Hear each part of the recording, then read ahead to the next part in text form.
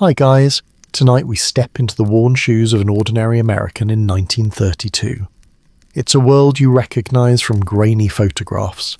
Men in hats on breadlines, weathered faces staring from porches. It looks distant, almost static, a chapter in a history book. But if you had to actually live it, to navigate a single day where the machinery of life has ground to a halt, you'd discover quickly that the greatest struggle wasn't dramatic.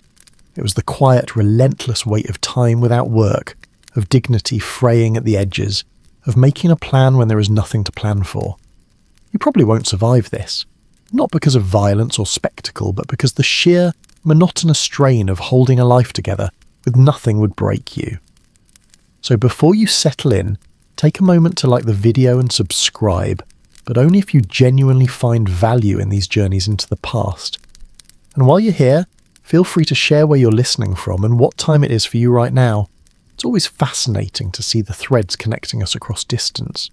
Now, let the modern world fade. Dim your lights and let your attention drift back to a cold room where the day begins not with an alarm but with an empty stomach and a silence heavy with uncertainty. You wake in the deep dark that comes long before morning, not because you have slept enough, but because your body has finished its meagre rest. The chill finds its way through the thin blanket first, a precise cold that settles along your spine and the backs of your knees. Then it is the hollow ache in your stomach, not a sharp pain but a constant dull presence, a reminder that last night's supper was little more than broth and bread. You lie still, eyes closed against the darkness, hoping uselessly for more sleep. It does not come. Your mind is already moving, shuffling through the worries you put away hours ago. They return unchanged. Somewhere far off, a train whistle cuts through the silence. It is a long, low sound that seems to start in the distance and then stretch even farther away. You know its schedule. That is the 442 freight heading west, carrying nothing you can imagine toward places you will likely never see. 3 years ago, that sound meant possibility. It meant a man could pack a bag and ride to where the work was. Now it is just a marker of time in the empty hours, a sound that speaks of movement for others, of goods travelling while people stay put. The whistle fades, leaving a deeper quiet in its wake. The room has its own smell in these early hours. It is the scent of old things holding their history close. Faint traces of coal smoke from a stove that is never quite hot enough, the damp wood smell of walls that have absorbed too many winters, the dusty odour of plaster that has begun to crack near the ceiling. It is not a foul smell, just a worn one, the smell of a space that has been lived in hard and cannot be freshened. You breathe it in. It is the air of home. Memory arrives without invitation. Yesterday's walk home from the factory gate surfaces clearly. The way your shoes scuffed the pavement, the weight of your empty hands, the particular slant of the foreman's head when he said the same thing he said every Monday and Thursday. No work today. Try next week. You stood there with 24 other men, all hearing the same words, all wearing the same coat-thin hope that tore easily. You remember the face of the man next to you, younger than you. The confusion in his eyes not yet hardened into resignation. You remember turning away first, unable to bear looking at him. The walk home was longer than the walk there, each step pressing the reality deeper into the ground beneath you. And now, in the cold dark, you face the same day again, with no new reason to believe it will be different. Expectation is a luxury you have learned to live without. You simply face the hours. A sliver of grey light begins to outline the window where the curtain does not quite meet the wall. It is not yet sunrise, just the first hint that the night is softening. By its faint glow, the room shapes itself slowly out of the blackness. You see the rough outline of the dresser against the far wall, its surface bare except for a hairbrush and a small framed photograph you cannot see from here. The single chair is a darker lump in the corner. The lines of the room are simple, spare. Everything in it serves a purpose, or once did. There is nothing that exists only to be beautiful. The light grows just enough to reveal the patches on the wallpaper near the stovepipe, squares of mismatched pattern applied to cover the stains of smoke and time. This careful poverty is what the daylight will show, but in this half-light it is just a room, a space holding your family's sleep. Beside you, your wife breathes slowly, deeply. The warmth from her body is a small country you share under the blanket. You're careful not to move too much, not to steal the covers. The need for shared heat outweighs the want for sprawling space. You can feel the slight shift of her shoulders with each breath, a rhythm you know as well as your own. Beyond her, in the cot pushed against the wall, one of the children stirs. A cough, dry and brief, rattles in the small chest. Then silence again. You listen, waiting to see if it comes again. It doesn't. Sickness is a fear that sits with all the others. A fear of doctors you cannot pay, of medicines you cannot buy, of a weakness in a small body that you cannot fix with soup and rest. The quiet returns.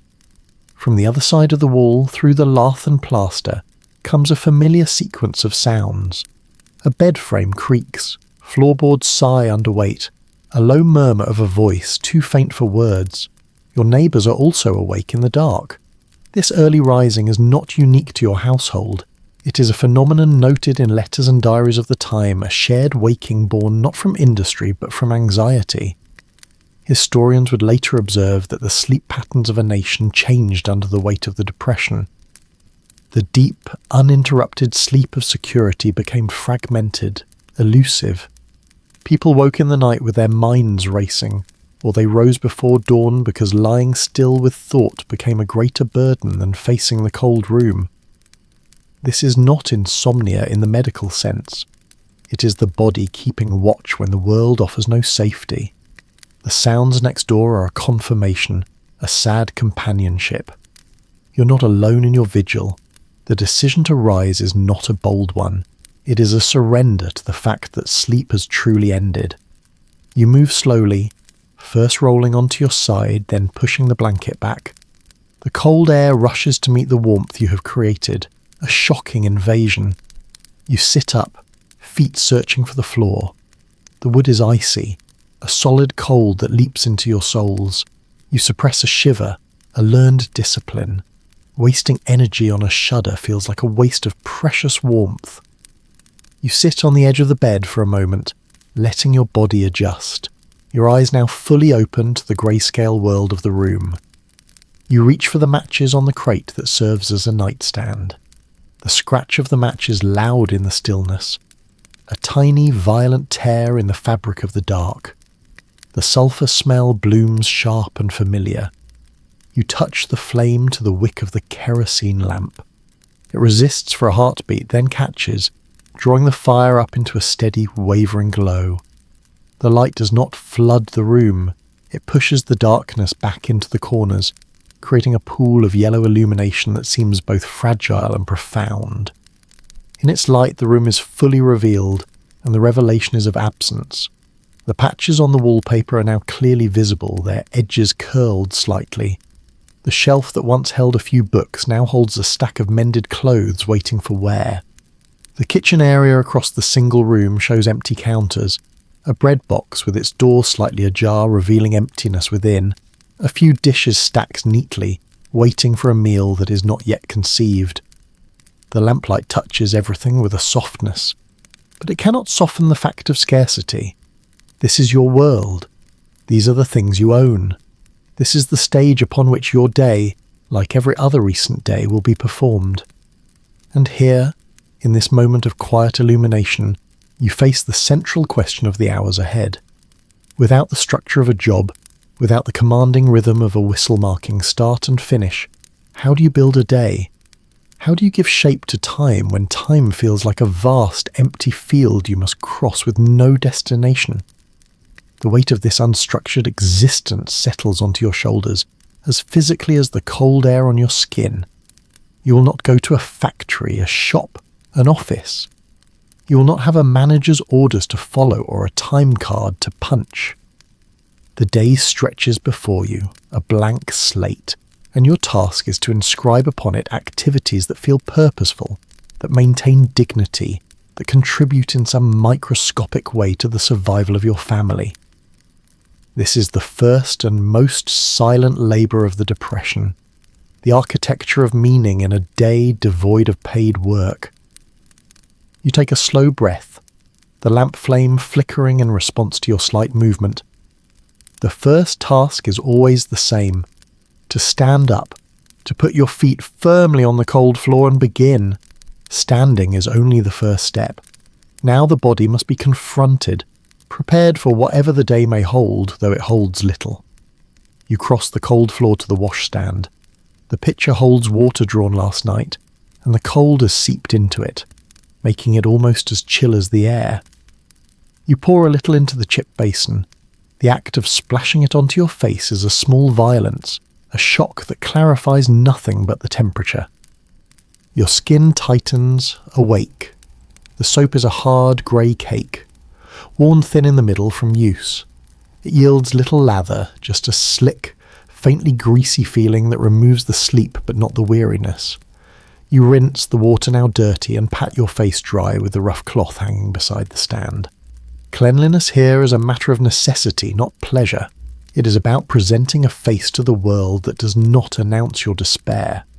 Your clothes are laid over the chair from the night before. You put them on slowly, feeling each layer settle. The shirt is thin at the elbows and across the shoulders, but it is the collar that tells the story. It has been turned, a careful, nearly invisible job your wife did months ago to hide the fraying. This is its third life. The fabric itself holds the memory of its original crispness, but now it is soft, yielding. The trousers are worn smooth at the thighs, and the belt pulls tight to a familiar notch, one further in than you once knew. The shoes are the final act. You sit to pull them on, feeling the worn interior conform to your feet. The soles are thin, the leather over the toes cracked but polished with care. When you stand, you feel the floorboards directly beneath you. No cushion, no lift. They are less a protection for your feet now, and more a fragile skin between you and the ground. From the stove comes the first warm smell of the morning, oatmeal, or what passes for it. The scent is faint, almost ghostly, a suggestion of grain carried on a great deal of steam. It is the smell of water being heated with a handful of oats added for ceremony, not substance. It is not enough to stir hunger, only to acknowledge its presence. You turn next to the small mirror hung above the washstand. Your reflection is wavering in the poor light, a face you know but whose lines seem deeper each morning. You take the razor, a straight razor kept sharp with a strop, and the brush and mug. The ritual of making lather is slow, methodical. You work the brush and the mug, the badger hair, now sparse, whipping the tiny shaving soap into a thin foam. You apply it to your face, the warmth of the water in the brush a fleeting comfort. Then you begin to shave. The blade pulls slightly against your skin. There is no interview today, no foreman to impress, no office where your appearance might be noted. You shave because it is what a man does. It is a claim to order, a daily reaffirmation that you are still a participant in the world of men who groom themselves for purpose. To neglect it would be to admit that the purpose is gone, so you scrape away the stubble with careful practice strokes, rinsing the blade in the basin after each pass. The act is quiet, almost meditative. It creates a boundary between the private vulnerability of night and the public face of day. When you're done, your skin feels raw and clean. You splash on a little water, the cold closing your pores. You look at the smooth face in the mirror. It looks back, a mask of readiness over a core of hollow doubt. The oatmeal is already in the bowls when you sit at the table. The children are there, eyes still heavy with sleep, hands in their laps. Your wife moves between the stove and the table, her movements efficient, conserving energy. The food steams faintly, a pale, lumpy sea in each dish. You pick up your spoon. The first taste is of warmth more than flavour. It is bland, a texture of soft, swollen grains that offer more bulk than taste. You eat slowly, making it last, making it seem like more. Across the table, your son pushes his with his spoon, not eating, just watching the patterns he makes. The radio is on, a low hum in the background. It is a Philco cabinet model, one of the last things bought before the bottom fell out of everything.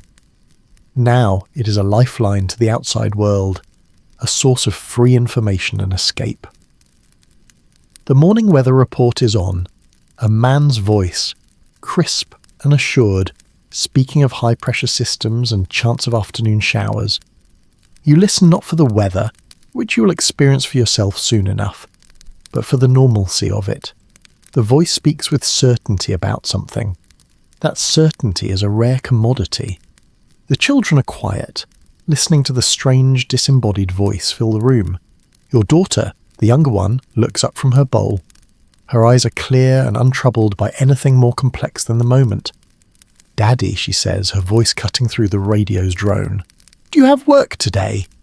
The question hangs in the air, simple and devastating.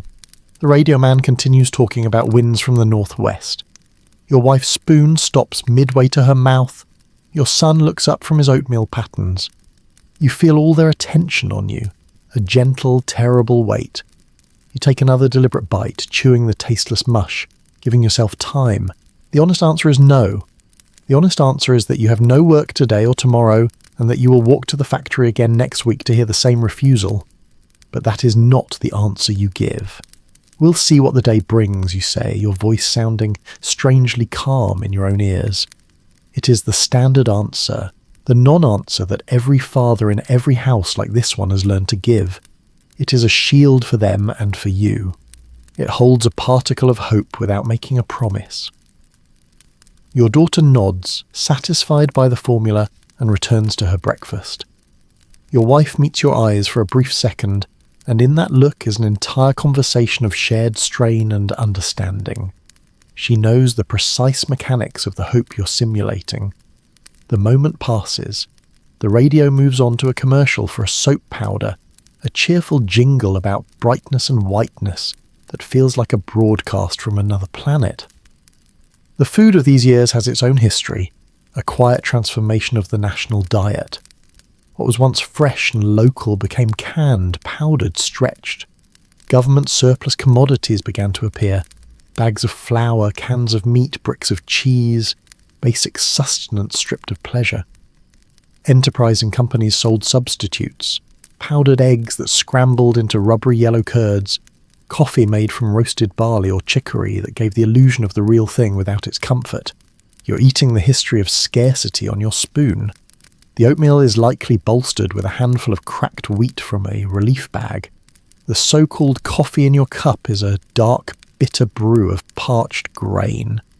You drink it not for taste but for ritual, for the warmth of the mug in your hands, for the feeling of doing what one does at a breakfast table. When the bowls are empty, scraped clean with a last piece of bread that itself is yesterday's, the business of the morning truly begins. There is a task that cannot be avoided. You pull on your coat, a heavy wool thing that has lost its shape but not its weight. Your wife hands you a cloth bag, folded neatly, a silent exchange. You step outside. The air is cool and damp, the sky a flat pale grey. You walk not toward the factory district, but in the opposite direction, toward the part of town where the municipal buildings cluster. Other figures are on the street now, men and some women, walking with the same deliberate pace. Their paths converge. Soon you are part of a loose stream, all flowing in the same direction. No one speaks. There is only the sound of footsteps on pavement, the occasional cough.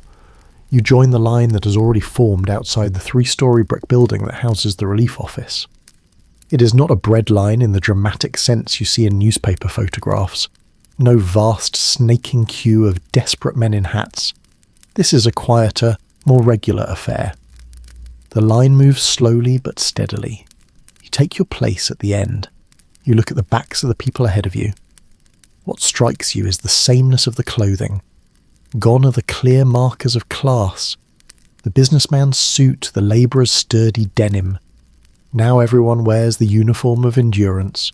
Coats worn shiny at the cuffs, hats with frayed bands, shoes like your own with the soles thin as paper.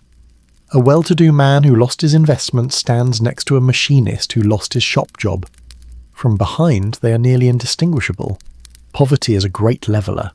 It sandpapers away the details that once separated lives.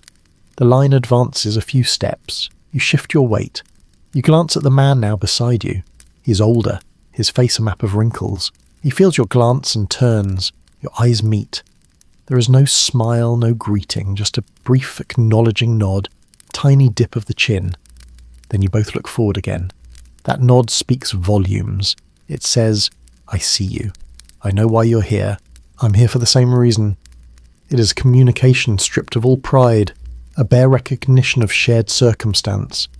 There is a profound embarrassment in it, but also a thread of solidarity. The shame is not individual. It is communal. A thick atmosphere you all breathe. Your turn comes. You step up to the window. A woman with a tired face and a cardigan sits behind a desk stacked with paperwork. She doesn't look up. Name. You give it. She checks a list. Makes a small tick with her pencil. She turns and takes a loaf of bread from a shelf behind her.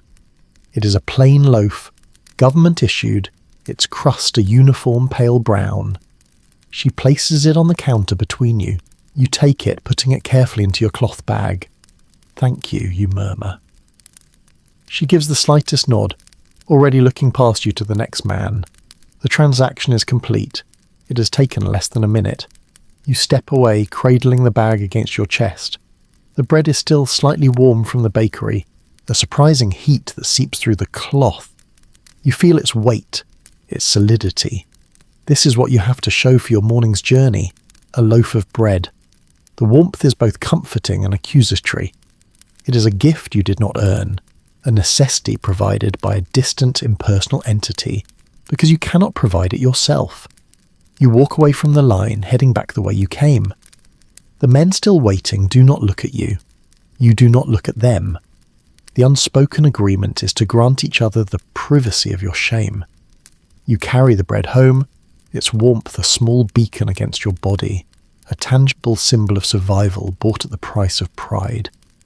This is the hidden economy of the Depression, where food is exchanged for dignity, and the account is always being settled in the quiet ledger of the mind. The bread's warmth is gone by the time you pass the last familiar corner of your neighbourhood, its solid presence in your bag now just a weight, a fact. You do not go home. To go home now, in the full light of the morning, would be to admit that the day has no other purpose. So you turn your steps instead toward the river district, where the factories stand. This walk is different from the one to the relief office. That was a journey of grim necessity.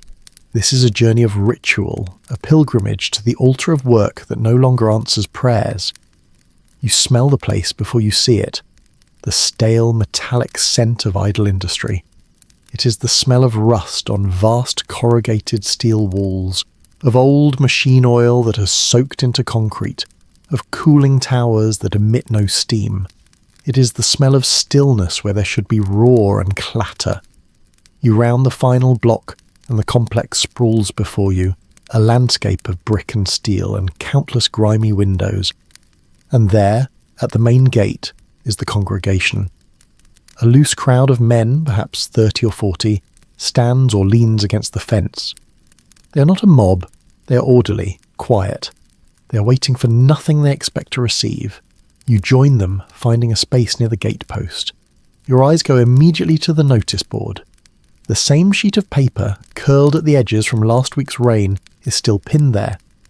In heavy typed letters it states, "No help wanted, no inquiries." The finality of it is absolute.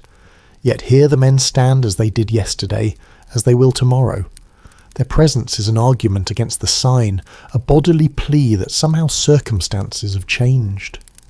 For a long time, there is only the sound of shifting feet, cleared throats, the scratch of a match lighting a cigarette. The men watch the gate. They watch the guard's booth. They watch the empty yard beyond. Then a door opens in the main administration building. A small figure emerges and walks toward the gate. 100 postures subtly straighten. A wave of alertness passes through the crowd without a word. Is it the foreman? Has something shifted? The figure comes closer. It is only a clerk, a young man with an armful of ledgers. He approaches the guard, speaks a few words and points back toward the building. The postures slump back into their waiting angles. The hope, infinitesimal and automatic, recedes as quickly as it came. The guard, a heavy man in a uniform that seems too tight, steps out of his booth. He has done this before. He walks along the fence line, not looking at the men directly, but his voice is pitched to carry. "All right, you all see the sign, nothing today. Let's keep this area clear for deliveries." His tone is not unkind, just weary. It is the voice of a man repeating a script he no longer believes affects anything. A few men turn and begin to drift away. Others hold their ground a moment longer, as if by sheer persistence they might alter the physics of the situation. You watch the guard's face. There is no malice there, only a kind of professional embarrassment. He's paid to guard a place that makes nothing, against men who want nothing but to make something. After a minute, you too turn away. The ritual at the gate is complete. You've paid your respects. You've been refused. The day remains empty, but the search is not over. It merely changes venue. You walk a dozen blocks to a different geography of hope. A particular street corner near the rail yard where day labour sometimes miraculously appears. This is the rumour mill of the desperate. Here, information is the only currency. Men cluster in small groups, talking low. The atmosphere is different from the factory gate. It is more anxious, more charged. Here a possibility might actually materialise and competition is fierce. You approach the edge of a group. A man in a cap pulled low is speaking. "I heard they're taking on a crew at the waterworks," he says, his eyes darting. "Need your own shovel. Got to be there by 11. Another man spits on the pavement. "That was yesterday. Filled up by 9. "You sure?" the first man asks, his certainty deflating. "I was there," the second man says, his voice flat. "They took 10 men. I was number 11. The conversation turns to other whispers. A warehouse needing help unloading a truck. A homeowner looking for someone to clear a drain. A farm outside town that might pay in vegetables for a day's harvest. Each rumour is dissected for credibility. Each comes with caveats. Need your own tools, need strong boots, need to be known by the foreman. The barriers to entry are low, but they are real. The market for temporary work is a brutal, efficient machine. It extracts the maximum effort for the minimum pay, knowing there is always another man behind you, hungry and willing. The unemployment rate, a dry statistic that scholars would later fix at nearly 1 in 4, is not a number here. It is a presence. It is the man standing to your left and to your right, and the dozen more across the street. It is the reason every whisper of work is met with such intense, quiet desperation. You listen for an hour, your hands in your pockets against the chill. You hear nothing that rings true, nothing that doesn't sound like a rehashed story or a deliberate deception. Some men make a living on these corners selling false tips, preying on hope. You've learned to sift the tone, to watch the speaker's eyes. Most are just like you, amplifying faint signals because silence is worse. Eventually you move away, the morning slipping toward noon. The search has yielded nothing but the confirmation of scarcity. You begin the long walk home, your footsteps slower now, the purpose that propelled you outwards thoroughly spent. Well, you have been navigating the theatre of joblessness. Another kind of work has been unfolding in the spaces you left behind.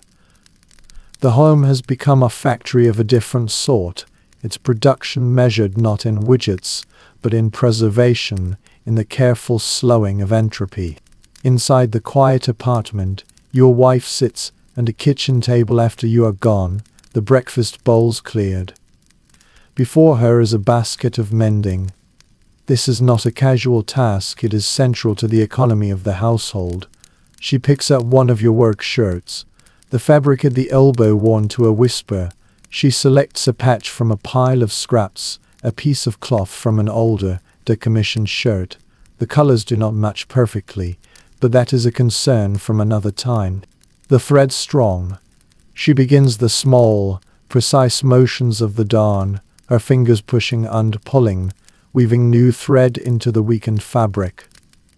The tactile sensation is everything: the slight resistance of the cloth, the smooth slide of the needle, the pull of the thread as it tightens.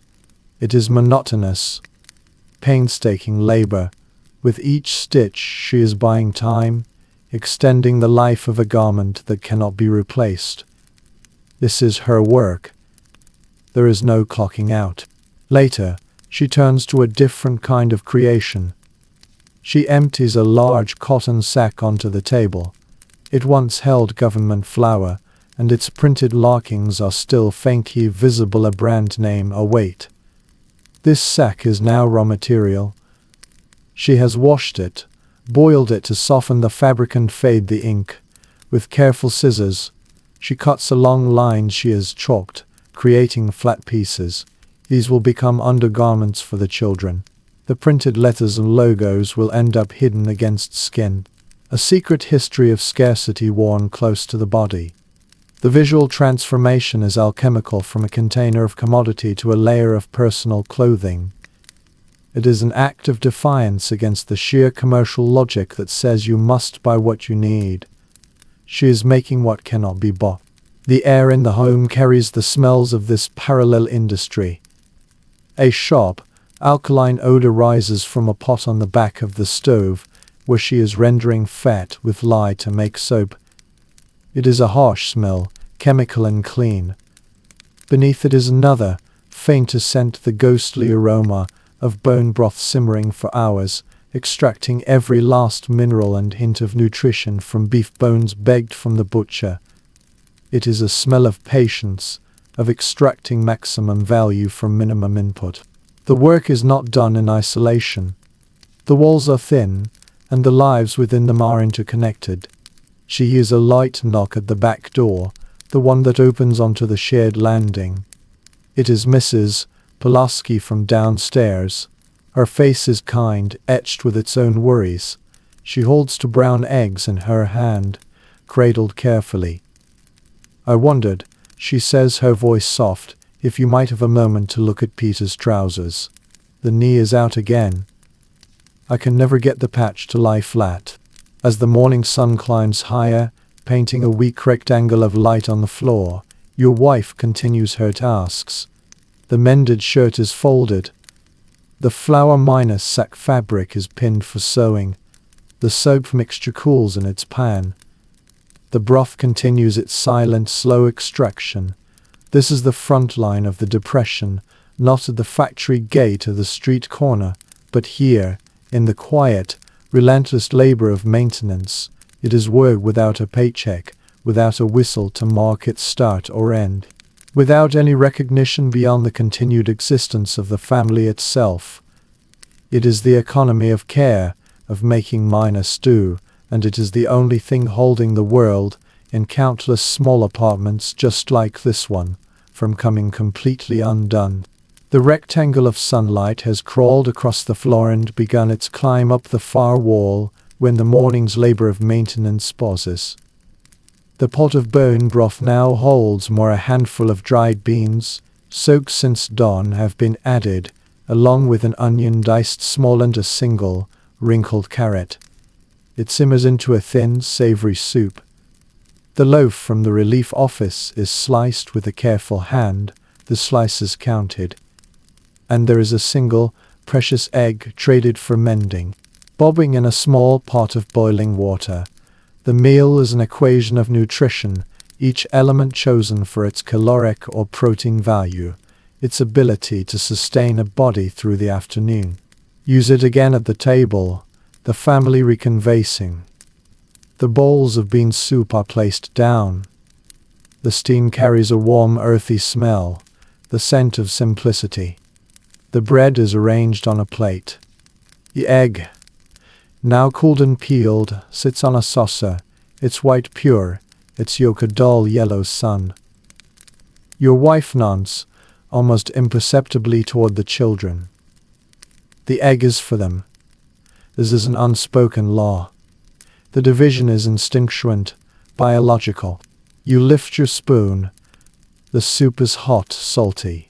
The beans are soft, the broth faintly meaty from the long cooked bones. It tastes of nourishment, not flavor. Salt is the primary seasoning, the cheap amplifier of substance. You eat slowly, deliberately making the bowl last. Across from you, your son is eyeing the egg. Your wife slices it neatly in half, giving one piece to him, one to his sister. They receive it with a quiet solemnity, understanding its value without being told. You watch them eat. You take a smaller spoonful of your own soup, pushing the beans around the bowl. You are hungry, a constant low hum in your gut, but you have mastered the art of appearing satiated. You eat more slowly, you compliment the food. It is a performance for them, a shield against their worry. They are young, but they are learning the language of lack. They see the single egg. They see the single egg. Halfway through her soup, looks up at you. "You have more, Daddy?" she asked, pointing her spoon at your bowl. "You're finishing up," you say, smiling. "It's all yours." You push the bowl, still half minus full, toward the center of the table, an offering.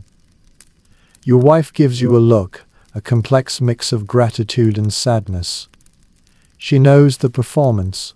She is an actor in it herself, having taken only a small portion of soup.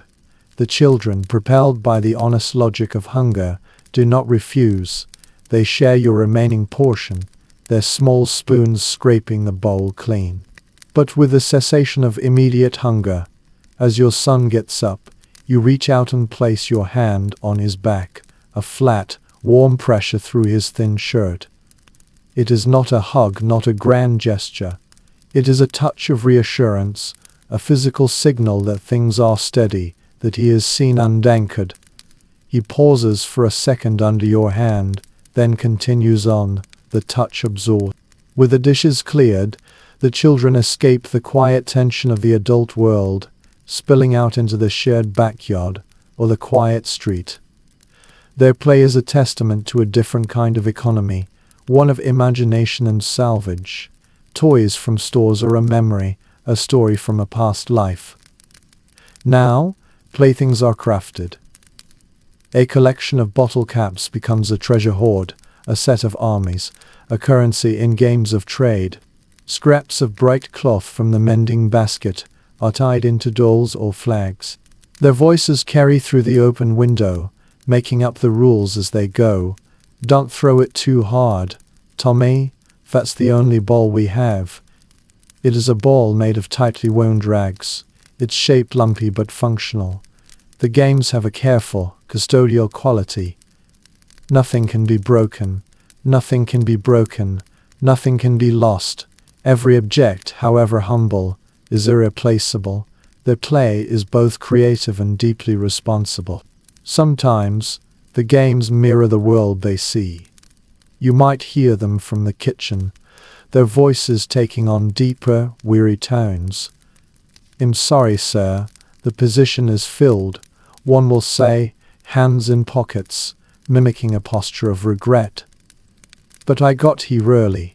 Another will plead, the performance stinged with a misunderstanding of the real disparate copies. They are playing at job minus seeking, turning the daily tragedy of their fathers into a rule minus based contest. They do not grasp the depth of the anxiety they are mimicking, only the shapes of the interactions. This is the childhood of the depression forced into a premature seriousness, their games laced with the iconography of scarcity and struggle. Historians would note how the crisis compressed childhood, pulling children into the web of adult worries, making them partners in survival, while simultaneously robbing them of the careless hours that once defined youth. School, for many, a luxury secondary to chores or to simply staying home where food was at least predictable. While the children navigate their miniature world of salvage and imitation, you have your own afternoon ritual of information. You put on your hat and walk the 15 blocks to the Carnegie Library. It is a grand, stone building that speaks of a more confident era. You climb the steps not toward the shelves of literature, but to the periodicals room on the second floor. The warmth is the first thing you notice, a dry, enveloping heat from radiators that seem to run whether needed or not. It is free warmth, a public charity as valuable as the bread. You find a seat at one of the long oak tables. The room is quiet but not empty. Other men and a few women sit spaced apart, each in their own pool of stillness.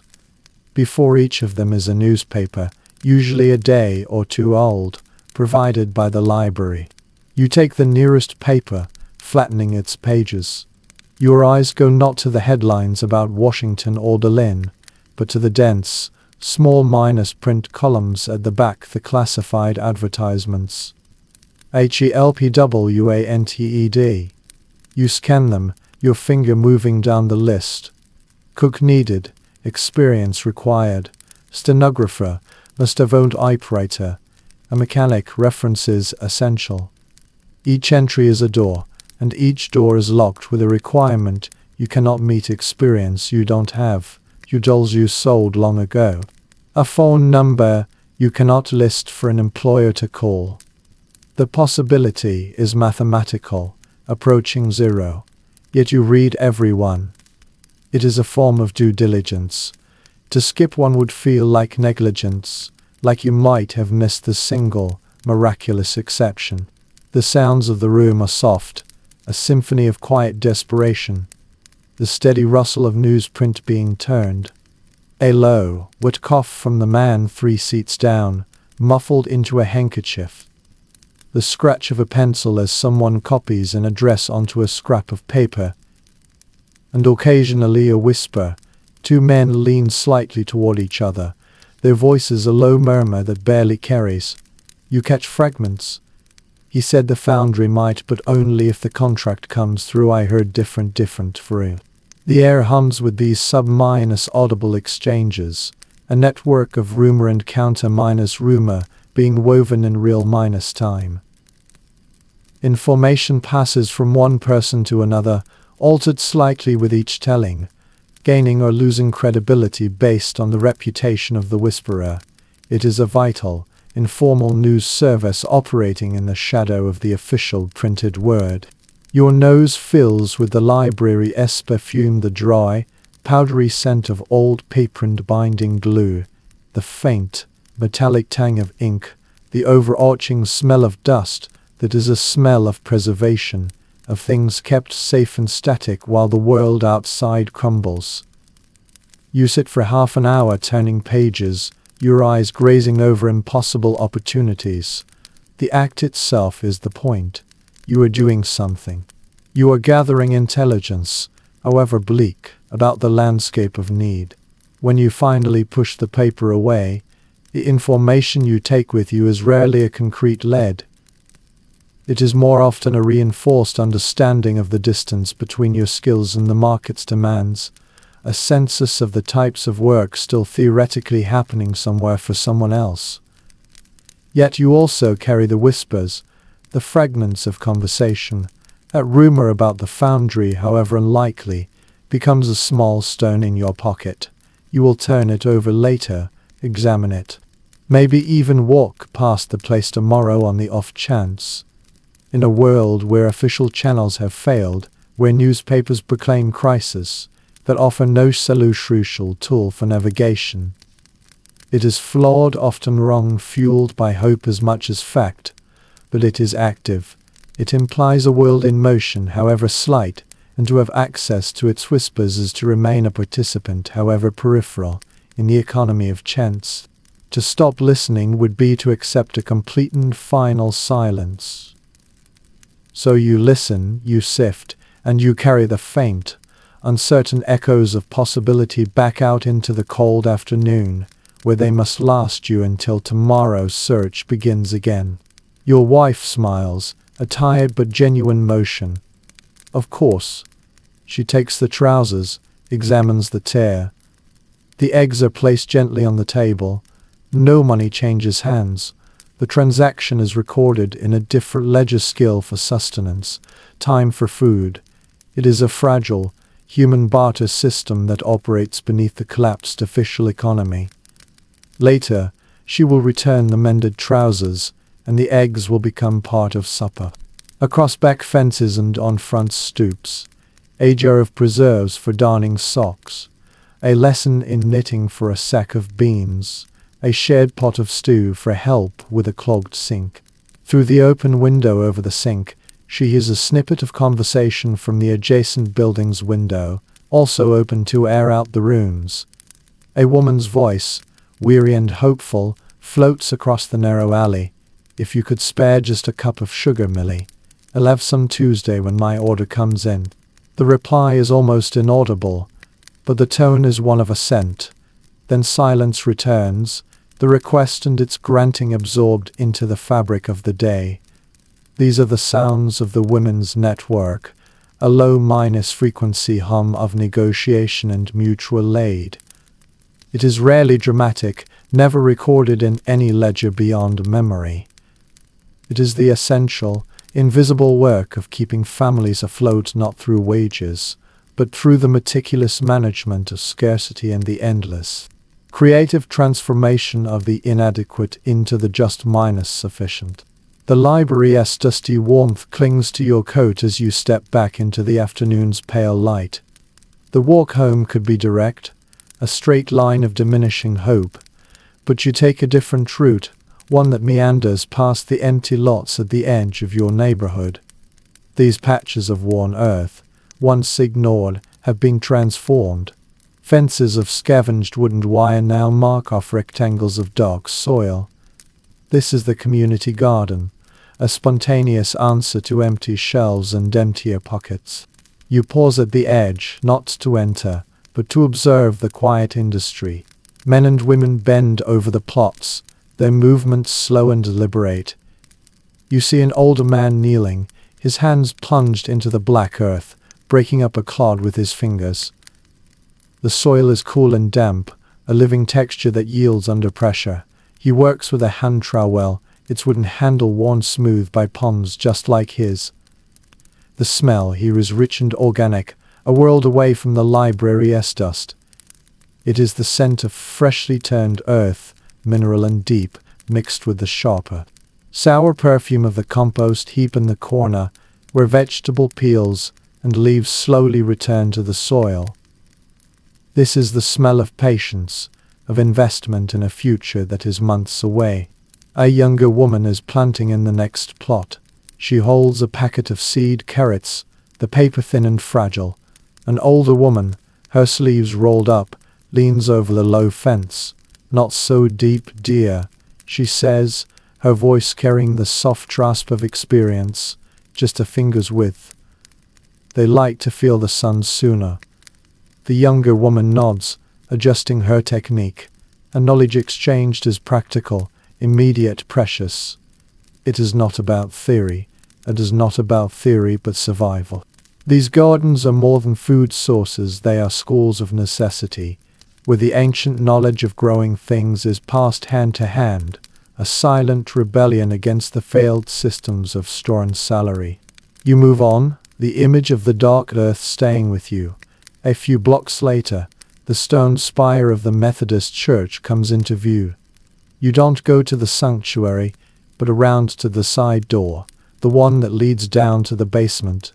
A faint, rhythmic sound emanates from within, a mechanical hum punctuated by sharper clicks. You push the door open. The basement is a large, low-minus silencing room lit by hanging bulbs. Long tables have been set up, and at them sit a dozen women. The source of the sound is immediately apparent: 3 treadle sewing machines, their flywheels spinning as feet pump rhythmically below the tables. The noises are constant, industrial chatter, the whir of the wheel, the rapid tit minus tit minus tit minus tit of the needle, the pull of fabric through the feed dogs. Between the machines comes other sounds. The crisped air of calico being ripped along a straight edge, the soft snip of scissors, the low murmur of conversation. No one looks up as you enter. The work absorbs all attention. Your wife is here. You spot her at one of the hand-sewing tables. Before her is a mountain of clothing, mostly children's garments, donated or collected from families who have even less. Her needle flashes in the light as she reinforces a knee, sews on a button, closes a seam, The visual tableau is one of collective salvage. Colors and patterns from a dozen different leaves mingle in the piles. A floral dress waits next to a boy's corduroy knickers. They are not making new things here. They are arresting decay, applying tiny, precise interventions to keep fabric and family intact. In one corner, finished items are folded and stacked into cardboard boxes, relief packages destined for the families up in the hollows who have no access even to a basement like this. The work is silent, focused, and profoundly communal, but preserving what remains, stitch by careful stitch. The afternoon sun has begun its long, slow westward when you find yourself, not at home, but on the outskirts of town where the city's public works department has a yard. A different kind of gathering is occurring here. A foreman in a city minus issue jacket stands on the tailgate of a truck, a clipboard in hand. A group of 30 men clusters around, their faces a mixture of hope and hardened realism. You join them.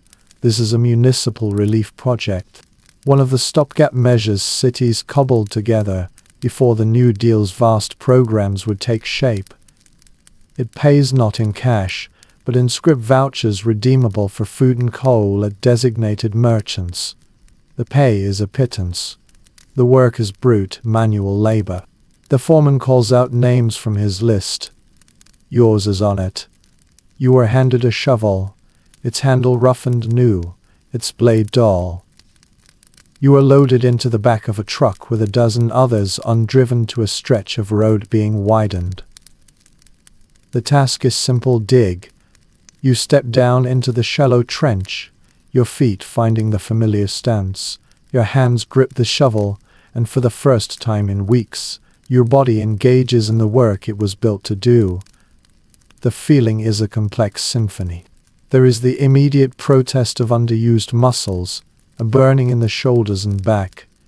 But beneath that is a deeper, almost grateful ache, the muscle memory of purpose. You drive the shovel into the hard clay, lever it up, toss the dirt to the side. The rhythm is ancient and calming. For a few hours, you are not a supplicant, not a man waiting in line. You are a unit of labor, producing a visible, tangible result, a trench that was not there before. The men around you work in a similar rhythm. Conversation is sparse, save for breaths. When it comes, it is laced with a dark, knowing humor. "Well, boys," one man grunts as he FTS a load of earth. "At this rate, we'll have this road to Memphis dug by the time the banks open again." A few dry chuckles. Another man wipes his brow. "Yeah, and they'll probably pay us in Confederate dollars." The jokes are not truly funny. They are released valves for a shared, pressurized frustration. The commentary on the future is uniformly, creatively bleak. I hear Uva's got a new plan. Another offers panting. HES gonna put us all to work digging holes, then pay another crew to fill them in. Gets the numbers looking good.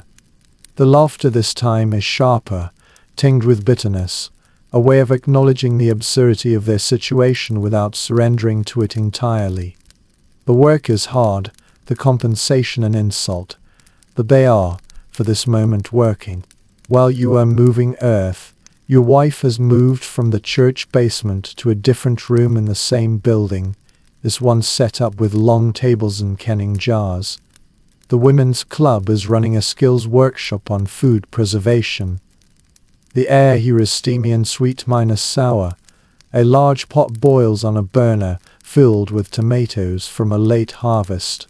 The instructor, a formidable woman with competent hands, demonstrates how to sterilize the jars, how to pack the fruit tightly, how to seal the lids to ensure safety. The knowledge is chemical, precise. A jar improperly sealed means poison, means waste, means disaster. At the end, there are small samples, a spoonful of peaches put up in light syrup, a taste of pickled beet.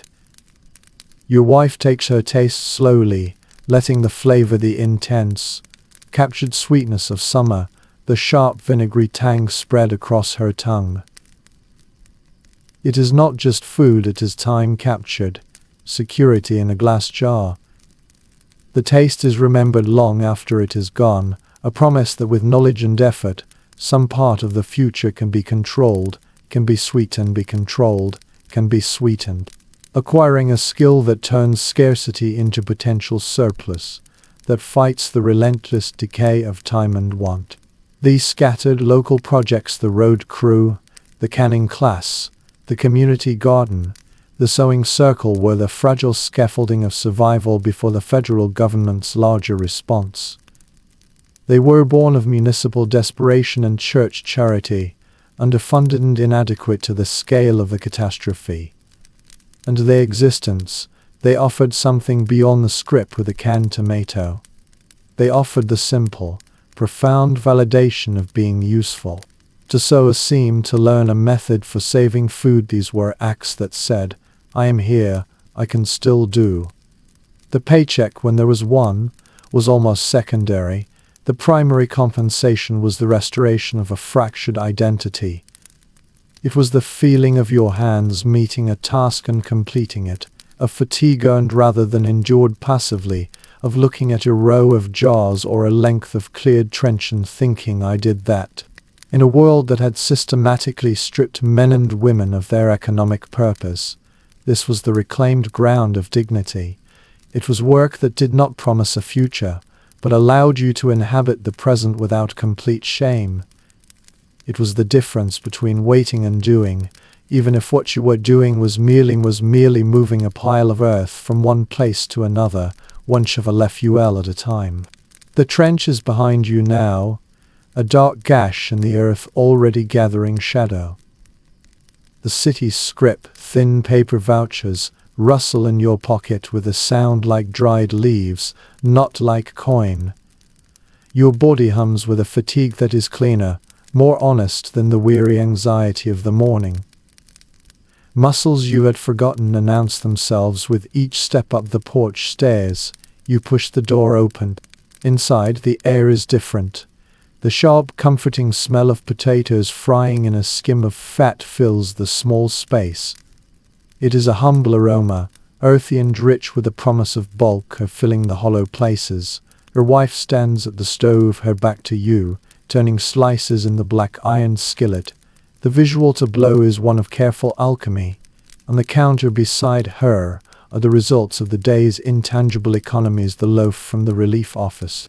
Now half minus gone, a small bowl of the beans left from lunch, a precious quarter minus pound of ground beef, stretched with grated potato and breadcrumbs into for small patties. This is the creative calculus of the Depression kitchen, transforming scant, often bland relief commodities into something that resembles a meal. Nothing is wasted. Everything is made to perform double duty. You wash up at the sink, the cool water on your forearms a minor relief. The family gathers at the table as the food is brought over. The fried potatoes are golden and crisp at the edges. The extended meat patties are small, dark discs. The beans have been reheated. The bread is there to fill any remaining space. The sight is of sufficiency, not abundance. You pick up your fork.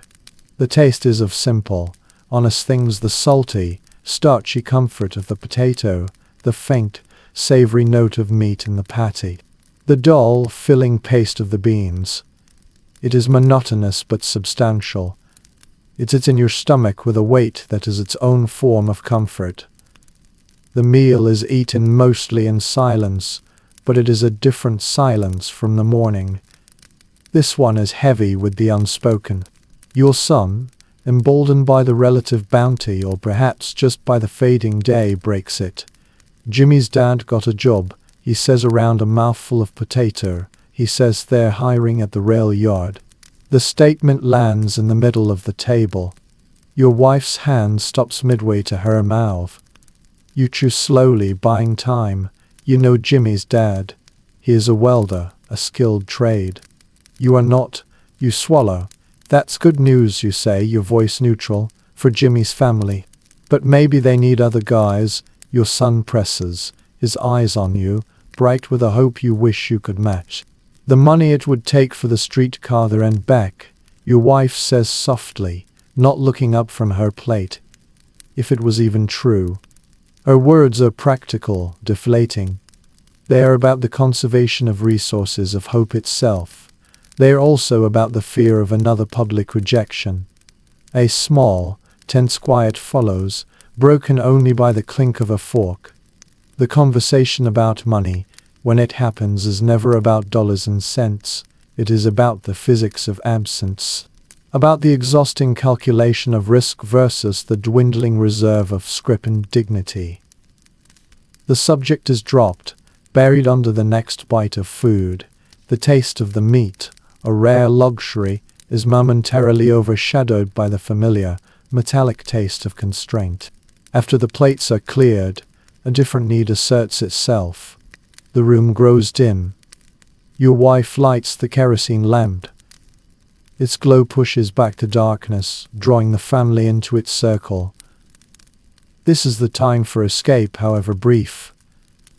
You turn on the radio. The set warms with a low hum, then the sound floods in. It is a comedy program, immersive. The exaggerated, melodic dialects of the characters fill the room, followed by the raucous laughter of a studio audience. You do not laugh out loud, but a slight relaxation comes over you. The children giggle at the simple buffoonery. For 20 minutes, the reality of the room, the patched walls, the empty icebox, the scrip in your pocket recedes. The problems presented are absurd, solvable, and end with a punchline. This is the gift of the radio. It requires nothing of you but to listen. It fills your head with a noise that is not your own thoughts. You all sit close, drawn by the single source of light and sound. Your daughter leans against your leg, her small body warm. Your wife's chair is near yours, her arm brushing your sleeve as she reaches for her mending. The physical closeness is not romantic, it is logistical, economical. It is about sharing the light, sharing the sound, sharing the fleeting illusion of normalcy. The touch of shoulders, the shared focus on the glowing dial, creates a fragile bubble of togetherness. The anxieties are not gone, but they are held at bay, muted by the cascade of someone else's written jokes and the canned merriment of strangers. Some nights, the escape is more complete. If the script from a day's labor allows, you might walk to the neighborhood cinema, the gym theater. A nickel admits you to the darkness. The screen flickers to life with newsreels of a world in chaos, then dissolves into a feature. It is a western, perhaps, or a musical. The black minus and minus white images are larger than life, the emotions simple, the endings just. Use it in the musty darkness, the smell of old upholstery and cheap, oily popcorn enveloping you. The visuals are a hypnotic distraction, the sweep of a dance number, the dramatic chase on horseback, the flawless, well-minus lit faces of stars who know no hunger. For an hour you are nowhere. You are nowhere. You are in a fantasy engineered to make you forget your address, your circumstances, your name. It is a profound collective forgetting. Historians would later note the paradox as the economy cratered, the entertainment industries of radio and film thrived. They were not luxuries, they were necessities of a different kind. They were the pressure valve on a boiling kettle, the few cents that purchased a temporary passport out of despair. The darkness of the theater was a sanctuary, its fantasies a kind of sustenance for the spirit. When the radio program ends with a final burst of applause, or you emerge from the cinema into the cooler evening air, the return is always a gentle shock.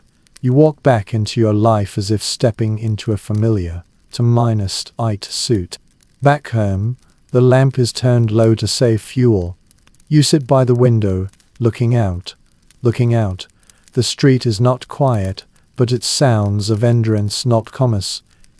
From the open window of the apartment next door, the distinct laugh track of another radio comedy seeps through the wall.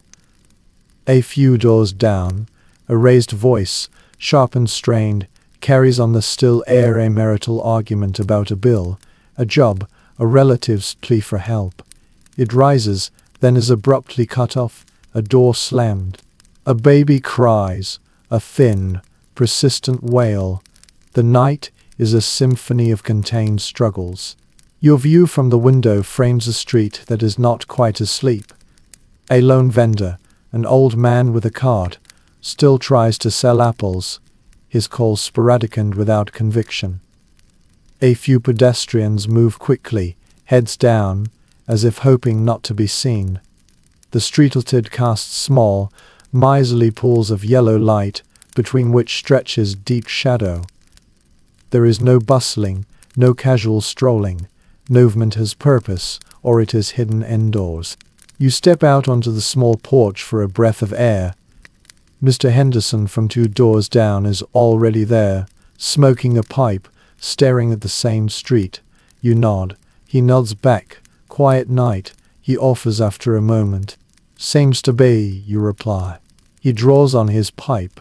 Heard they might be repaving State Street next month. City contract. You absorb this. It is not a job offer. It is a data point, a piece of the ever-shifting rumor map. You might file it away. Check the city works yard tomorrow. He grunts, in agreement. The conversation lapses. It has confirmed a shared presence, exchanged a fragment of potentially useful information, and reinforced the unspoken bond of those weathering the same storm on this particular patch of sidewalk. After a few more minutes of shared silence, you both retreat indoors, the screened or sighing shut behind you. Inside, the lamp-lit room feels both like a refuge and a container of pressure. The walls are thin, the sounds of the community's distress are audible. The worries you momentarily escaped now seep back in, amplified by the quiet. The home in a time like this cannot fully be a sanctuary. It is the very place where the consequences of the outside world are most acutely felt, in the empty cupboard, in the children's quiet questions, in the tense silence over the supper table. The pressure of the public crisis has breached the private wall. The home is not where you go to escape the depression, it is where you live it most intimately. The boundary between the public disaster and private life has dissolved. The community's anxiety is in the air you breathe at night. Your private fears echo in the arguments heard through the walls. You are, in the end, alone together in these separate, identical boxes of worry, listening to each other survive.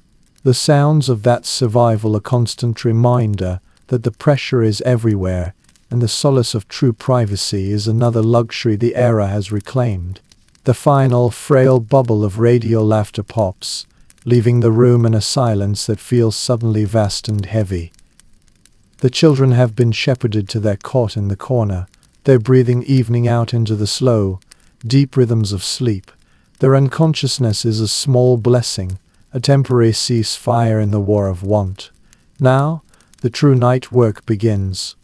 Your wife moves the kerosene lamp to the kitchen table, its light pulling her into a tight circle of illumination. She takes up the mending basket once more. Tonight it is a sock, its heel worn to a transparency. She turns it inside out over a wooden awning egg, her fingers selecting a thread that nearly matches.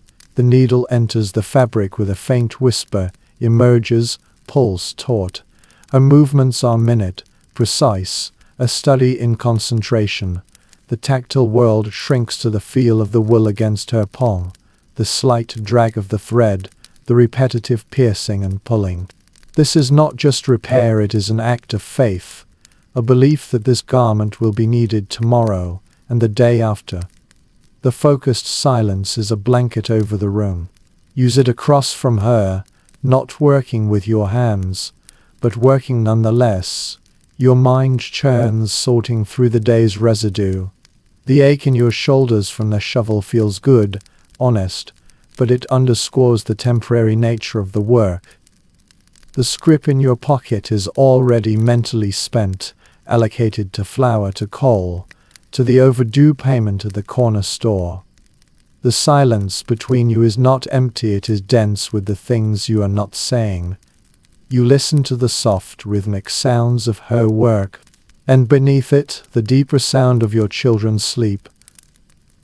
Then, from your wife, comes a sound so faint you might have imagined it a sigh. It is not a sigh of frustration, but of depletion, a slow release of breath that seems to carry the weight of the room out into the darkness. It is the sound of a person setting down a burden, only to prepare to pick it up again at dawn. You get up and blow out the lamp, the flamed eyes with a puff, and the immediate, acrid scent of the extinguished wick fills your nostrils, a smell of conclusion. You cross to the window and push it up a few inches. The night air, cooler now, flows in, washing over your face, carrying away the smoke and the day's closed minus and smells. It is clean, anonymous. You stand there in the near minus dark, and the questions you hold at bay during daylight hours find their opening. How long can we go on like this? The thought is not dramatic, but logistical. The flour sack is half minus empty. The script will buy less next week if the city project ends. Your shoes are 1 hard mile from failing completely. You measure survival in commodities, and the inventory is dwindling.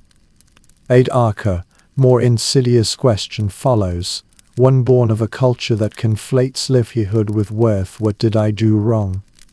Was I not a good worth? What did I do wrong? Was I not a good worker? Revisit sold decisions. All jobs turned down years ago when times were flush, as if one different turn might have altered this entire landscape of loss. You know it is irrational. You saw the capable men, the skilled men standing with you at the factory gate. The catastrophe is too large for individual blame. Yet in the quiet dark, the feeling persists, a cold, private shame that has nothing to do with the relief line and everything to do with a broken contract between effort and security. Later, in the deeper dark of the bedroom, you lie side by side, a narrow canyon of cooled sheets between you.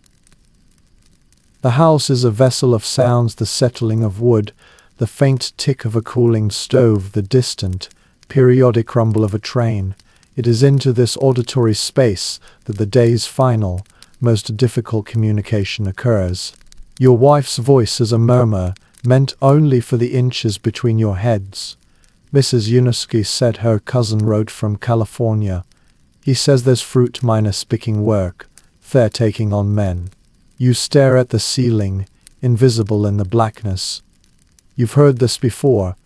The stories drift back like leaves on a wind. California, Oregon, Washington. The promised land of sun and wages. The arithmetic is immediate and brutal. The cost of the train fare, the certainty of nothing upon arrival, the stories of camps crowded with men who heard the same rumor, of wages driven down to nothing by the sheer press of bodies. And yet the words hang there, fruit minus picking work, and they represent motion action, a narrative different from the stagnant script of your days. Maybe, you say, the word hollow. We could write to your brother in Toledo, see if HES heard of anything. It's been a year since he wrote back, she whispers. HES got 5 of his own to feed. The conversation moves in these shallow, painful circles. It touches on mythical opportunities and the hard rock of familial limits. It is not a planning session, it is the vocalization of a trapped feeling. To speak of leaving is to acknowledge the impossibility of staying, yet the path to leaving is blocked by the very poverty it seeks to escape. In the darkness, her hand finds yours. It is not a romantic gesture, but a search for an anchor. Your fingers intertwine, a brief, tight clasp.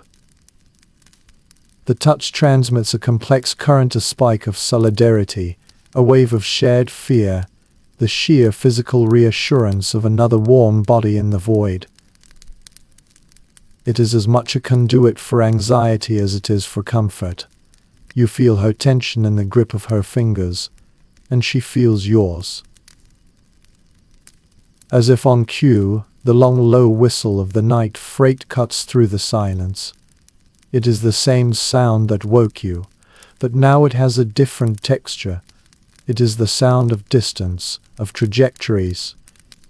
You think of the men who actually catch those trains, the hobos who ride the rails in a precarious, mobile poverty. You've seen their camps by the tracks on the edge of town, the men huddled around tin-can fires.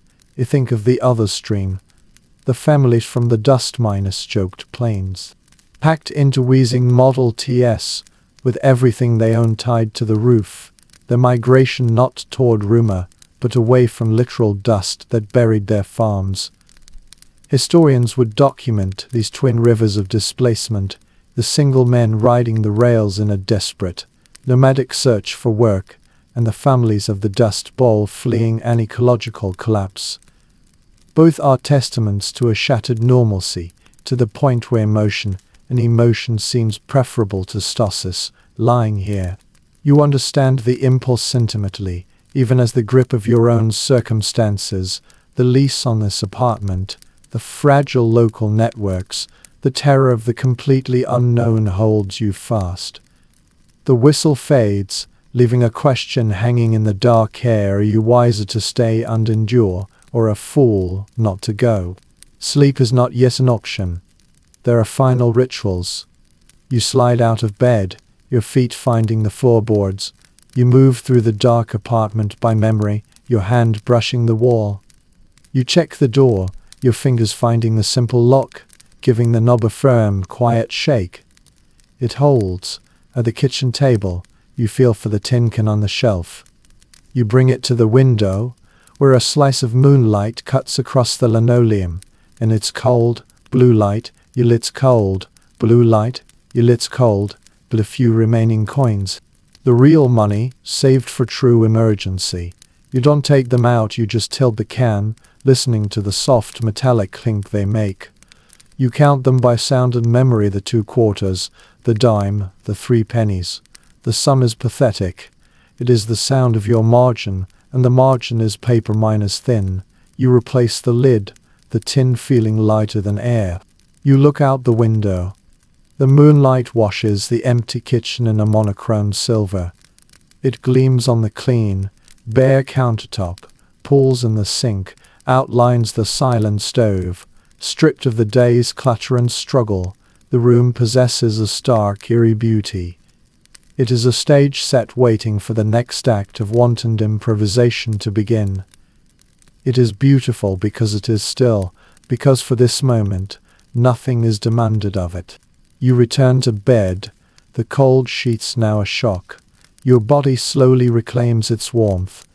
Your mind, exhausted from its circling, finally latches onto something concrete, something small. Tomorrow, you will walk to the post office. You will check the general delivery window. There will almost certainly be nothing for you, and you will check. It is a task. It gets you out of the house. It provides a destination, however futile. It is a thread to pull on in the tangled skein of the day. This is the micro-minus economics of hope. You cannot afford the large investment of believing in California or a factory reopening. But you can afford the tiny expenditure of energy required to walk to the post office, to look at a pane of glass behind which your name does not appear. It is a transaction that keeps you in the game, however peripherally. The goal is not to receive a letter. The goal is to have a reason to put on your shoes and walk. You close your eyes, holding this slim, procedural thought. It is enough. It is the blueprint for another day, built not on dreams, but on the smallest, most granular unit of forward motion. You know the cold will come again before the light. You know the ache will return. You know the search will yield nothing. But you also know you will get up, and you will go to the post office. And in that knowledge, terrible and plain, there is a kind of grim, unshakable foundation. The resolve to walk to the post office is a thin blanket against the night. You lie beneath it, waiting for sleep to draw it over your head, but the body, having announced its larger hungers, the hollow feeling returns, not a gnawing pain but a persistent presence, a quiet space in your guts that the bean soup and potatoes only partially filled. You curl slightly, knees drawing up, an instinct to conserve warmth, to protect the core. The cold settles into the room as the last of the day's heat bleeds from the stove. You feel it along your back, a line of chill where the blanket fails to meet your shoulders. Your wife's breathing beside you is deep and even, a rhythmic tide in the dark. You match your own breath to it for a while, a futile attempt to hitch a ride into her unconsciousness. And within the wall, a new sound emerges, a faint, rapid scuttling, the scratch of tiny claws on lath plaster. A mouse, or perhaps several, moving in the spaces between lives. It is a sound of shared tenancy, of other creatures also seeking shelter, surviving on crumbs. The air you breathe is cool and damp, carrying the faint, musky scent of slept minus in sheets and the cooler, sharper odor of the night itself, creeping in through the cracked window. Your mind, unmoored from the day's thin purposes, begins to drift. It does not race with worry now, but floats, untethered, and lands on fragments from a past. It feels geological, the confident blast of the factory whistle at 7. The solid weight of a full lunch pail in your hand, the feel of a week's wages in cash, crisp and countable. The memories have no narrative, they are sensory flashes, vivid and useless, like sunlight seen through a closed door. Sleep, when it finally comes, is not a descent but a slipping sideways into other logic. You dream. There is no story, only immersive sensation. In one moment, you are standing on the familiar factory floor. The light is bright, the air vibrates with the harmonious thunder of machines in perfect operation. Conveyor belts flow, and everything has a place, a purpose. The sound is not noise but music. You are not working, you are simply witnessing the beautiful, productive machine of which you are a part. Then the scene dissolves, and you are at your own kitchen table, but it groans under a weight of food you cannot name, shining roasts, pyramids of fruit, loaves of bread with crusts like polished wood. Your children are there, their faces glowing, laughing at something unseen, their cheeks full and rosy. The feeling is not of eating, but of abundance itself, a warmth that radiates from the very wood of the table. At this to fractures, melts into a third state. You are falling through a silent, dark space, or you are running down an endless corridor whose doors are all locked, or you are calling a name that you cannot hear into a wind that steals the sound. This is the anxiety dream, formless but drenched in the sweat of futile pursuit. These nocturnal visions were so common they became a subject of quiet study. Psychologists of the time noted recurring themes in the dreams of the unemployed: the nostalgic return to lost work, the fantasy of impossible plenty, and the haunting abstract dreams of search and failure.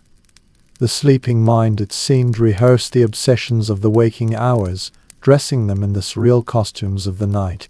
You surface from these depths not with a start, but with a slow, fluid awareness. It is the deep night, perhaps 2 o'clock. The house is a vessel of absolute quiet. The mouse is still. Your wife's breathing is the only rhythm.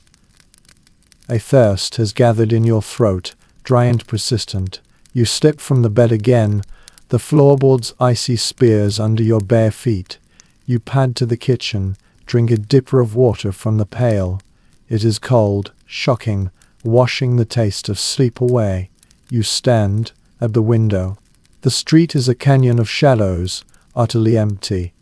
No vendors, no pedestrians, not even a stray cat. Then, a block away, a beam of white light stabs the darkness, sweeps across a brick wall, disappears. A policeman on his beat, his flashlight a solitary scanning eye. The silence after is profound, a tangible thing, a single-door box, a lonely, questioning sound that hangs in the air and then vanishes, absorbed by the vast quiet. Standing alone in the chilled arc, a thought forms not as words, but as a pure, cold feeling. What is the point of all this? The getting up, the searching, the waiting. The question is not suicidal, it is existential. It seeks the engine, the reason, in a machine that has clearly broken down. The answer does not come. There is only the cold floor under your feet, the empty street, the knowledge that the dog has gone back to sleep. The question left to dissolve in the dark like a lump of sugar in water. The next time awareness returns, the darkness has a different quality. It is not pitch, but a deep, soft grey. A sound filters in first, a single, clear chirp from a sparrow perched somewhere on the roof or a nearby wire. It is tentative, a question. Another answers it. Then a third. Soon a scattered chorus of bird call stitches the edge of the night. Not long after comes a heavier, more earthly sound, the slow, rhythmic clop of a horse's hooves on the cobblestones, the faint creak of wooden wheels. The milkman making his rounds for the few families who can still afford the daily quart. The sounds are not intrusive, they are the gentle mechanics of a world beginning to turn over, an engine coughing to life. Your body, listening to these signals, begins its own preparations. The muscles in your legs and back, rested for a few hours, tighten not with pain but with anticipation. They remember the coming demand. They are coiling, however faintly. The cool air flowing from the window now carries a new layer, the clean, damp scent of approaching morning, a freshness that pushes against and mingles with the lingering odors of last night's extinguished lamp and the stale warmth of the room. It is the smell of transition. You do not open your eyes yet. You lie there, suspended between the dissolving night and the gathering day. The thought of the post office returns, a small, hard pebble in the stream of your consciousness. You turn it over. You will go. You will look. The ritual holds. In this half-minus dreaming state, the final, unvarnished truth presents itself. Will today be different from yesterday? The evidence, the weight of all the yesterdays before it, says no. It will hold the same cold awakening, the same empty search, the same careful management of lack, the same silent supper, the same long evening of radio dreams and private fears. The cycle is etched as deep as the grain in the floorboard. But you will get up, not because of a plan, not because of a plan, not because you believe in a change. You will get up because you are alive, and the machinery of life, even in its most reduced, battened state, requires it. You will put your feet on the cold floor. You will face the grey light. You will begin the long, quiet work of enduring another ordinary, impossible day in the America of 1932. The cycle does not promise progress. It only promises continuation, and in a time when everything else has stopped. Continuation is its own kind of motion, its own form of stubborn, unspectacular victory. The birds continue their chorus. The horses' hooves clop farther down the street. Your eyes remain closed a moment longer, holding on to the dark, gathering the strength for the light.